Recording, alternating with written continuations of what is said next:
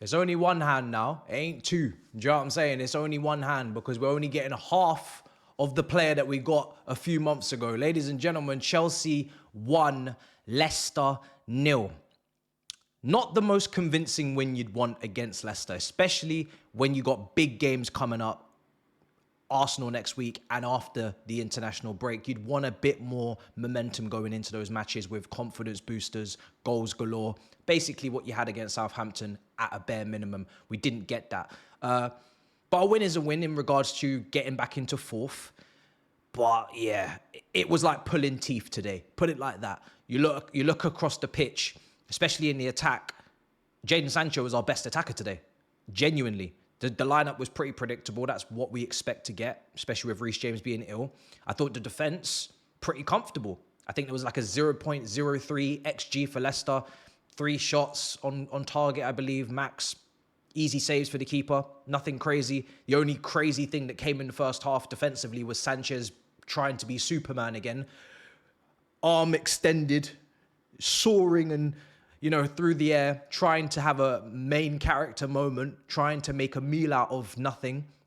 Then they hit the bar as a consequence. But outside of that, Leicester didn't really pose any threat today, as they shouldn't. You look at Fofana coming back in there, Tosin alongside Levi Colwell, Cucurella. Pretty solid defense against a Leicester attack. You'd expect a clean sheet. You'd expect comfortable things in that back line from them. I think Fofana, considering that that's his first game back from the injury, of course, that's good to see.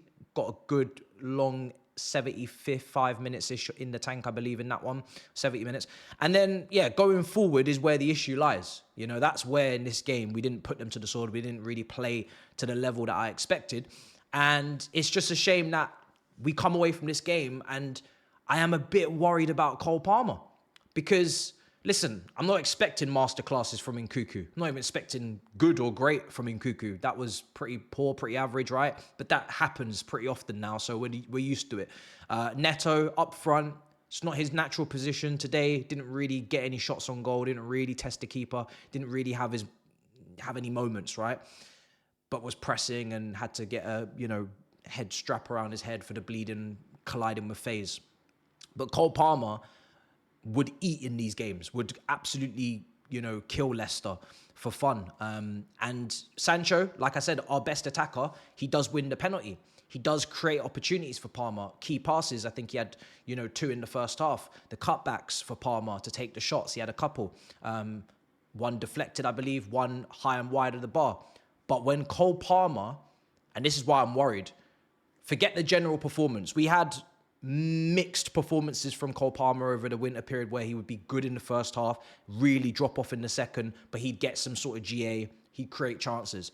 Cole Palmer in this game, missing a penalty, that's something he doesn't do. He's never missed a penalty for Chelsea. That concerns me. When he's missing a penalty, and I'm more thinking about what the repercussions of that miss are, because the confidence levels, I want to pick his brain. I want to know what's going on in his head, because this is a player that was nonchalant, confident, beautiful passing weight, going around goalkeepers, just loving life, lobbing keepers. The confidence was exuding off him. Now, he's in the pits of hell in terms of the levels that he's set and where his career has gone so far. Cameo bench minutes at City, starter at Chelsea, incredible first year, really good first 6 months this season, and then winter period of 5 months, then drop off. He's never gone through this in his career. He's never gone through this as a player.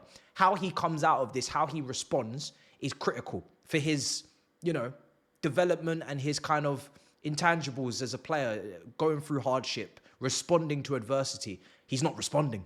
Brother is this is a game where we thought, yeah, we're going to start seeing some graph on this chart. We're going to see some blood pumping. We're going to see some oxygen flowing through. This brother's going to be alive. He's going to be well. He's going to be moving and breathing. And no, this brother is still unconscious. This is an unconscious Cole Palmer performance. That's what I'm going to call it, because he just wasn't himself again. And that penalty miss, I mean, it's a really good save as well. But where's my shiver me timbers, bruv? Where's it gone? So now, when is it going to come back? Because this period was to get the confidence back, because now we're going into the London derby. We can't drop him. It's not an option. You wouldn't. he was taken off early. I think that's a big enough signal as to where he is right now. Coming off early and Cuckoo going into the 10. Tyreek George comes on, goes to the right. Sancho goes to the left. The fact that Enzo Maresca is now taking Cole Palmer off early, like in a game where the game's not done, right? We're going to get to the goal. That's alarming.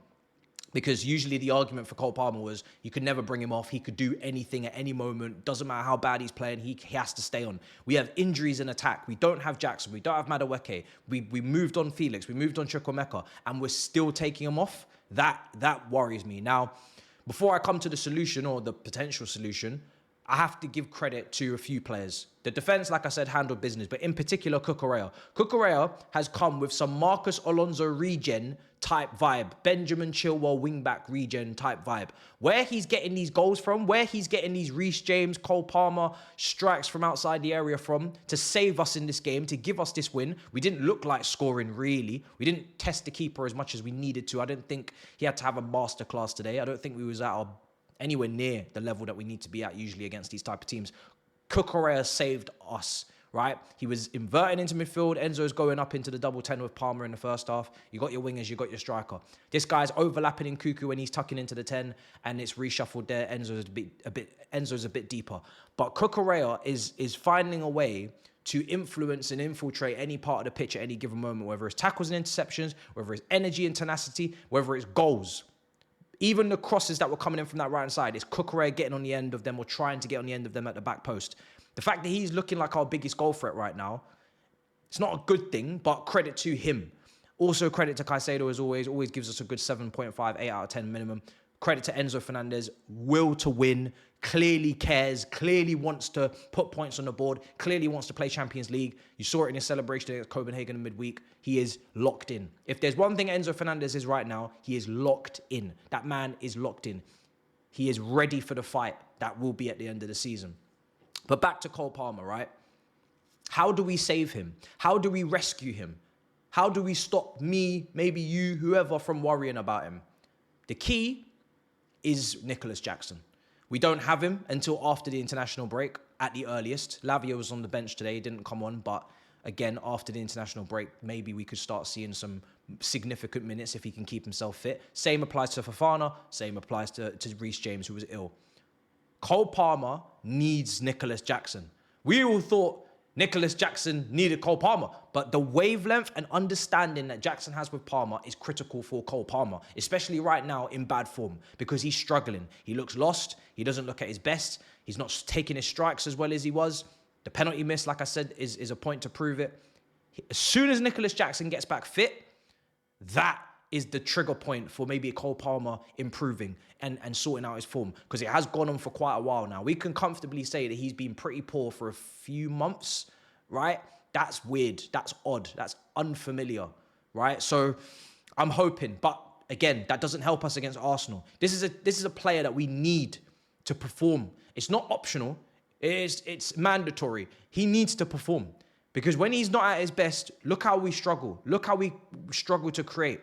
Clear cut. We didn't create big chances. We might have a lot of shots on the stat sheet, but I'm talking about big quality, high quality chances. We didn't create enough of them today, if any of them, right? We just didn't. Same happening against Copenhagen. Didn't create enough high quality chances. Reece James long shot, Enzo Fernandez, that was the big chance really on the cutback. Again, not creating enough high quality chances.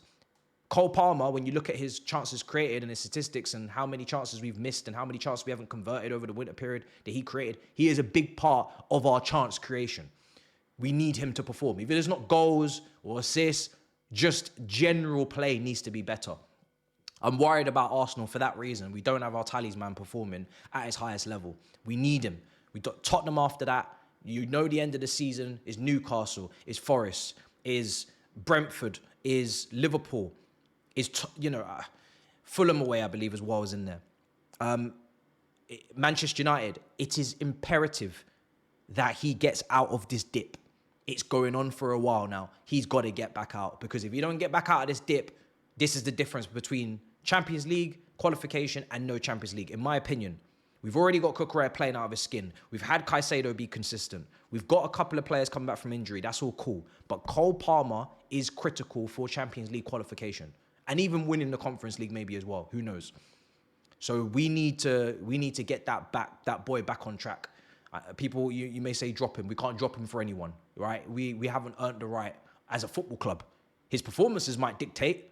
So do many others, you could say as well. But we do not have the depth. We do not have the quality. We don't have the capacity, the facility. So the only way is up. Hopefully, Cole Palmer returns, if not against Arsenal, but when Jackson arrives after the international. But you guys let me know, how do you feel in the comments down below? Like I said, it was a pretty underwhelming performance.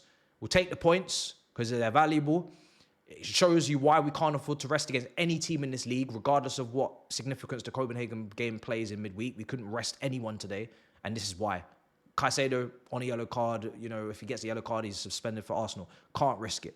We are not that team right now. We're not capable of doing that. So, yeah, I am a bit worried because, I kind of thought he'd score today. I thought he'd score against Southampton. I definitely thought he'd score today.